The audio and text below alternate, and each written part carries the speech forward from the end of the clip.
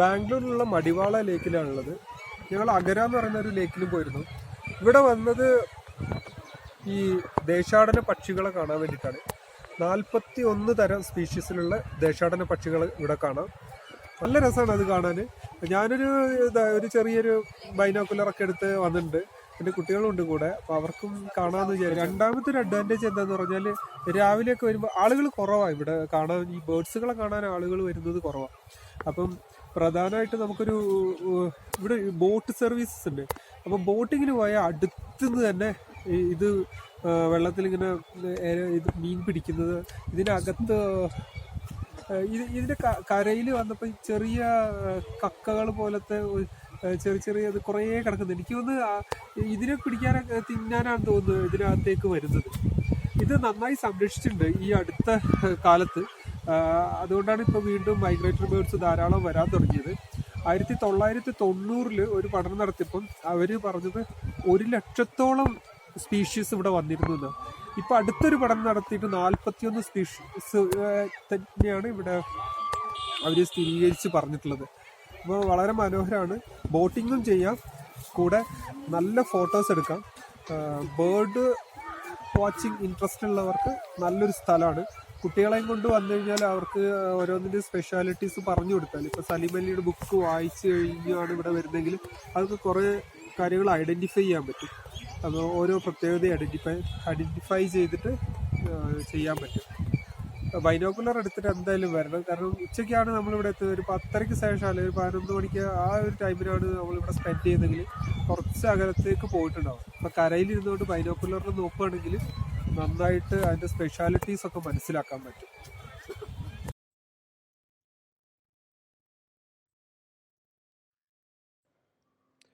ഇവിടെ കാണുന്ന ബേർഡുകളുടെ ഒരു ഫോട്ടോഗ്രാഫ്സാണിത്. ഗ്രേ ഹെറോണുണ്ട്. ഈ രീതിയിലുള്ള സ്ഥിരമായി കാണുന്ന ബേർഡുകളുടെ ലിസ്റ്റാണിത്. അപ്പോൾ ഇവിടെ ഈ വീഡിയോ തുടർച്ചയായിട്ട് കാണാൻ പോകുന്നവർക്ക് മനസ്സിലാവും ഏതൊക്കെ ബേർഡുകളെയാണ് ഫ്രീക്വൻ്റ് ആയിട്ട് കാണുന്നത്, അടുത്ത് കാണുന്നത് എന്നൊക്കെ മനസ്സിലാവും. എല്ലാ ബേർഡുകളെയും എപ്പോഴും കാണണമെന്നില്ല. ഇവിടുത്തെ ഒന്നാമത്തെ ഒരു കാര്യം എന്താണെന്ന് പറഞ്ഞു കഴിഞ്ഞാൽ ഇവർ അധികം വിസിറ്റേഴ്സിനെ, ഈ ബേർഡുകളെ ഡിസ്റ്റർബ് ചെയ്യുന്ന രീതിയിൽ വിസിറ്റേഴ്സിനെ അതിൻ്റെ അടുത്തോട്ട് വിടാറില്ല. ഇപ്പോൾ ഈ പർപ്പിൾ സ്വാബിൻ്റെ ഒക്കെ ഇഷ്ടംപോലെ ഇവിടെ കാണാൻ പറ്റുന്നുണ്ട്. വളരെ നന്നായിട്ട് നമുക്കതിനെ ക്യാപ്ചർ ചെയ്യാൻ പറ്റും. അപ്പം ഇത്തരത്തിലുള്ള ബേർഡുകളുടെ അടുത്തേക്ക് പോകും. പിന്നെ ഈ ബേർഡുകൾ വളരെ കോഷ്യസ് ആണ്.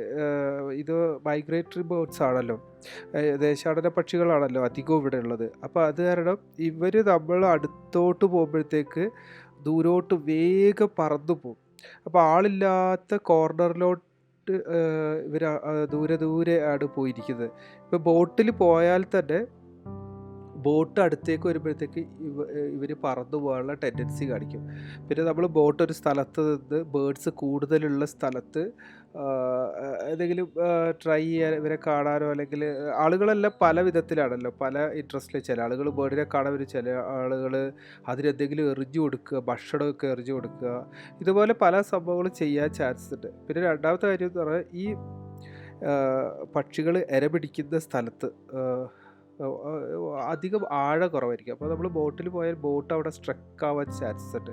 അപ്പോൾ അതുപോലുള്ള കാര്യങ്ങളൊക്കെ ഉള്ളത് കാരണം നമുക്ക് എല്ലാ ബേർഡുകളെയും ഇതിൽ കാണിച്ചിരിക്കുന്ന എല്ലാ ബേർഡുകളെയും ഈ വീഡിയോയിൽ കാണിക്കാനോ അല്ലെങ്കിൽ എടുക്കാനോ പറ്റില്ല. പക്ഷേ ബൈനോക്കുലറിലൂടെ ഞങ്ങൾക്ക് എല്ലാ ബേർഡുകളെയും കാണാൻ പറ്റി എന്നുള്ളതാണ് ഏറ്റവും വലിയ രസം. ഒരു സ്ഥലത്ത് ഏതാണ്ട് ഒരു 100ഓളം പെലിക്കൺസിനെ കണ്ടു. അതുപോലെ പെലിക്കൺസ് അങ്ങോട്ടും ഇങ്ങോട്ടും പറന്നു പോകുന്നത് കണ്ടു. ചിറക് വിരിച്ചു കഴിയുമ്പോൾ ഇരിക്കുന്ന ബേർഡ് തന്നെ എത്ര വലുതാണിത് കാണാം. ഇതുപോലെ ഈ സ്പോട്ട് ബിൽഡ് ഡക്ക് എന്ന് പറയുന്നത് ഇതിന് ഒരുപാട് ഇത് കണ്ടില്ല, ഇങ്ങനെ ശംഖുകൾ, ഈ ചിപ്പികളെല്ലാം കുറേ കിടക്കുന്നതാണ്. അവിടെ ആ തടാകത്തിൻ്റെ കരയിൽ ധാരാളം കാണാം. അപ്പോൾ എനിക്ക് ഇതിനെ തിന്നാനാണ് തോന്നുന്നു വരുന്നത്. ഇത് കണ്ടില്ലേ, കുഞ്ഞുങ്ങൾ കയ്യിലെടുത്തതാണിത്. ഇത് കണ്ടില്ലേ, ഈ വീഡിയോയിൽ കാണുമ്പോൾ നിങ്ങൾക്ക് അതിൻ്റെ ആ ഒരു ഡെൻസിറ്റി മനസ്സിലാവും. ഇത് എല്ലാ കരയിലും ഉണ്ട്. ഏതാണ്ട് ഇത് വലിയൊരു തടാകമാണ്. ഈ തടാകം മുഴുവനും ഇങ്ങനെ കാണാൻ പറ്റും. ഇവിടെ നോക്കുക, കുറേ ഈ കാണിക്കുന്നത് വളരെയധികം പെലിക്കഡ്സുകളാണ്. പെലിക്കഡ്സ്, പിന്നെ ചെറിയ ഡക്സ്, വിവിധ തരത്തിലുള്ള പക്ഷികളെ കാണാം. ഞങ്ങളിപ്പം കുറച്ച് ഈ തടാകത്തിൻ്റെ വേറൊരു സൈഡിലേക്ക് നോക്കുമ്പോൾ ഇവിടെ കണ്ടോ, നേരത്തെ കാണിച്ച ഈ സ്പോട്ട് ബിൽഡ് ഡക്കാണ് ആ നീന്തുന്നത്. ഇത് അടുത്തേക്ക് വരുമ്പോൾ ഒരു പ്രത്യേക ശബ്ദം ഉണ്ടാക്കി നടന്നു പോകും. ഈ കാണുന്ന ഇത് പെയിൻറ്റഡ് സ്ട്രോക്ക് എന്ന് പറയുന്ന പിന്നെ കൊക്ക് വർഗത്തിലുള്ള ഇതാണ്. ഇത് നല്ല രസമാണ്. കുറേ എണ്ണം ഇങ്ങനെ എന്തോ ഒരു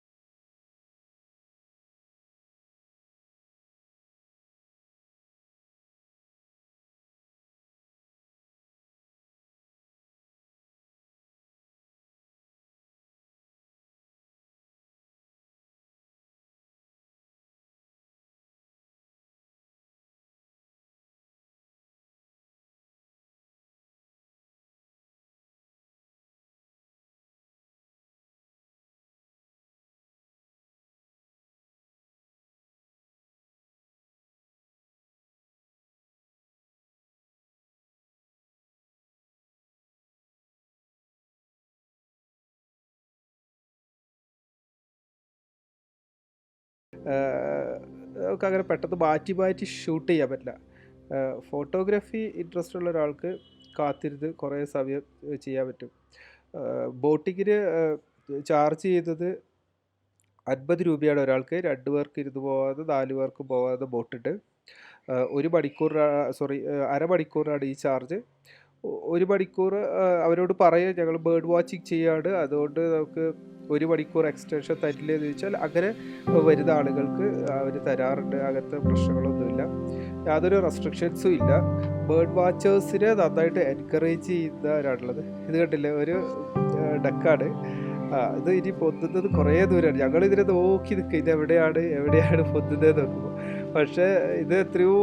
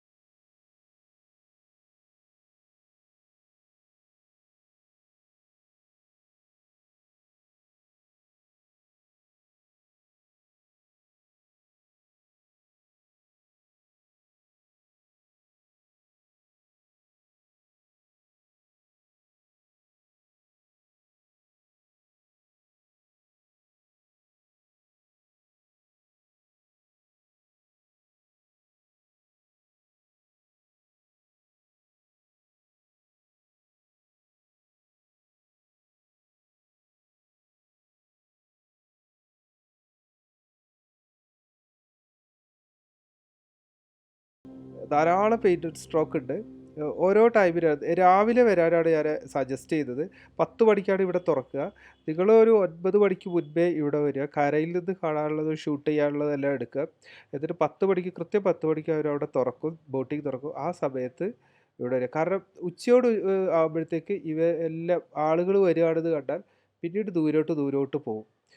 അത് കാരണം ഫസ്റ്റ് വിസിറ്റർ എന്നുള്ള രീതിയിൽ പോകുന്നവർക്കാണ് ഏറ്റവും ബെറ്റർ 9 o'clock തന്നെ എത്തിയിട്ട് ഇവിടെ ചെല്ലുന്നതാണ് ഒരു ബേർഡ് വാച്ചറെ സംബന്ധിച്ചോളം ഏറ്റവും ബെസ്റ്റ് ടൈം.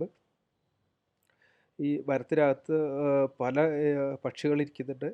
നമ്മളുടെ സ്നേക്ക് ബേർഡാണ് കൂടുതലും കണ്ടിട്ടുള്ളത്. ഒരുപാട് പക്ഷികളുണ്ട്. എനിക്കൊരു 100 കണക്കിന് പക്ഷികളെ വെറൈറ്റീസ് മരത്തിലിരിക്കുന്നത് നമുക്ക് കാണാൻ പറ്റും.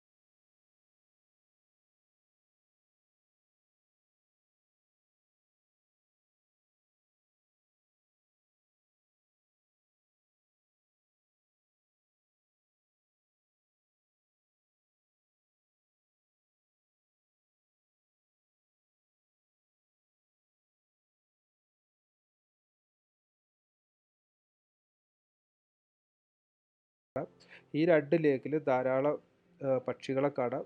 മടിവാള ലേക്കിൽ മാത്രമേ ബോട്ടിംഗ് അലൗ ഉള്ളൂ. അഗര ലേക്കിൽ ബോട്ടിംഗ് അലൗഡ് അല്ല. മടിവാള ലേക്കിൽ കുറച്ചുകൂടെ അടുത്തുനിന്ന് ബേർഡ്സുകളെ കാണാം. പക്ഷേ അഗര ലേക്ക് ദൂരേന്ന് മാത്രമേ കാണാൻ പറ്റുള്ളൂ. ആ 2 വ്യത്യാസമുണ്ട്. അതുപോലെ ധാരാളം ലേക്സുകളുണ്ട്. ഏതാണ്ട് പ്രധാനമായും 4 ലേക്സുകളാണ്. ഇവിടെ കുറെ കൊക്കുകൾ, പെലിക്കൺസ് അതൊക്കെ ഉണ്ട്. എനിക്കിവിടെ ഏറ്റവും കൂടുതൽ മരത്തിൽ കയറാൻ ഇഷ്ടമായ, പിന്നെ അവിടെ കളിക്കാനും, പിന്നെ ഈ ബേർഡ്സിനെ എല്ലാത്തിനും നിൽക്കാനും. ബൈനോക്കുലറിലൂടെ ബേർഡ്സിനെ കുറെ കണ്ടോ? ബൈനോക്കുലർ എടുത്തിട്ട് അടുത്തുനിന്ന് കാണാൻ പറ്റില്ലേ? ഞാനൊരു ബ്ലാക്ക് ചെറിയൊരു ബേർഡിനെ കണ്ട്. അത് തല ഇങ്ങനെ ഇട്ടിട്ട് പോകുന്നുണ്ടായിരുന്നു. പിന്നെ അത് പറന്നു പോയി അവിടേക്ക്.